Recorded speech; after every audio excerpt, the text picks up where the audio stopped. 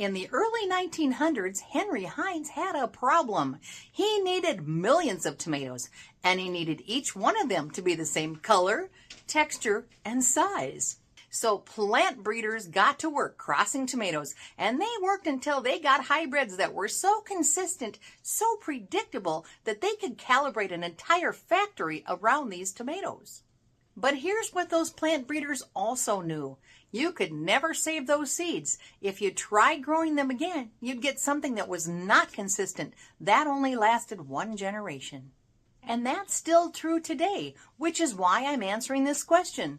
If a tomato sprouts in your garden, as a volunteer from last year, is it a good thing to keep? The answer to that question is, it depends. I'm Carol from Almost 2 Acres. Let's talk tomato volunteers. A volunteer is any plant that grows on its own without you planting it. No seed starting, no transplant. It just shows up. With tomatoes, this happens because tomato seeds are surprisingly tough. A tomato that fell off the vine, got buried in the bed, ended up in the compost pile, that seed can survive. In Zone 4, a seed that gets insulated by mulch or a thick layer of compost has a real shot at overwintering and germinating when conditions are right in the spring. The question isn't really how it got there. The question is, what is it going to grow into? There are two main categories of tomatoes, hybrids and open-pollinated varieties, which include heirlooms. A hybrid tomato, sometimes labeled F1 on the seed packet, is created by crossing two distinct parent lines. Breeders do this deliberately to get specific traits: disease resistance, uniform size, high yield, early ripening.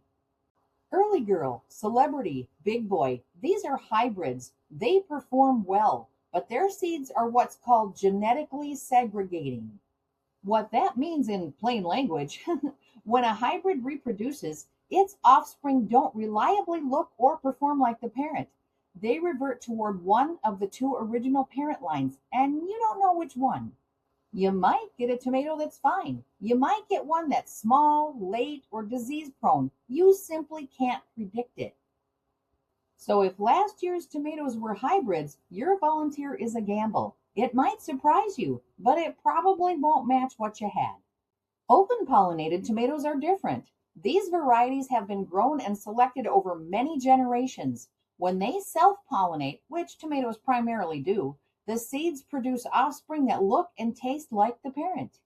That's why heirloom seeds can be saved and passed down through families for decades. If your volunteer came from an open-pollinated or heirloom tomato, there's a real chance it will produce fruit very similar to last year's plant. The one caveat is cross-pollination. Tomatoes are mostly self-pollinating, but bees can carry pollen between varieties, especially bumblebees, which vibrate at just the right frequency to release tomato pollen. If you grew two different open-pollinated varieties close together, some seeds may have crossed. The resulting volunteer might show traits from both.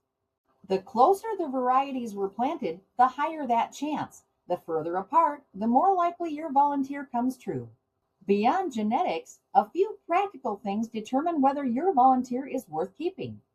Volunteers often root in spots that were heavily amended the year before: old planting holes, edges of compost piles, spots where kitchen scraps were buried. That's actually an advantage. They can establish in nutrient-rich soil with a root system that's had time to anchor before you even notice the plant.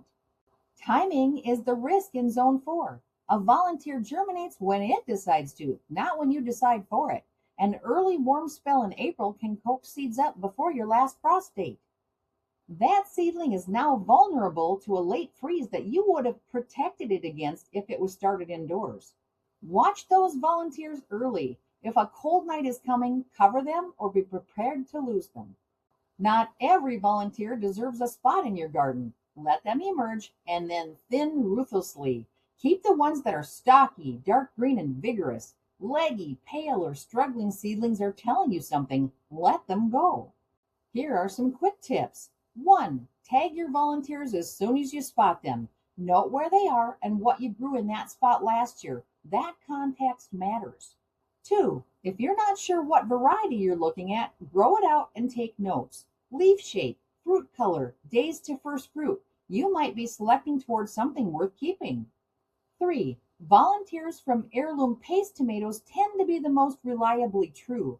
San Marzano, Amish paste, Opalka. These self-pollinate consistently and produce offspring that closely match the parent. 4. If you want to actually rely on volunteers, start intentionally. Save seed from your best open-pollinated plants this fall. Let a few drop naturally into a designated bed and mulch over them. You're essentially setting up a controlled volunteer situation. So, will a tomato volunteer be as good as last year's plant?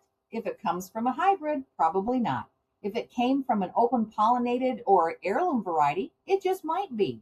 And even if it's not identical, sometimes a volunteer surprises you in the very best way. Those tomato volunteers know what they're doing to grow.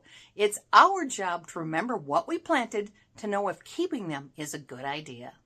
Like, subscribe, and leave the answer to one question. What's your favorite tomato? See you next time. Let's get growing.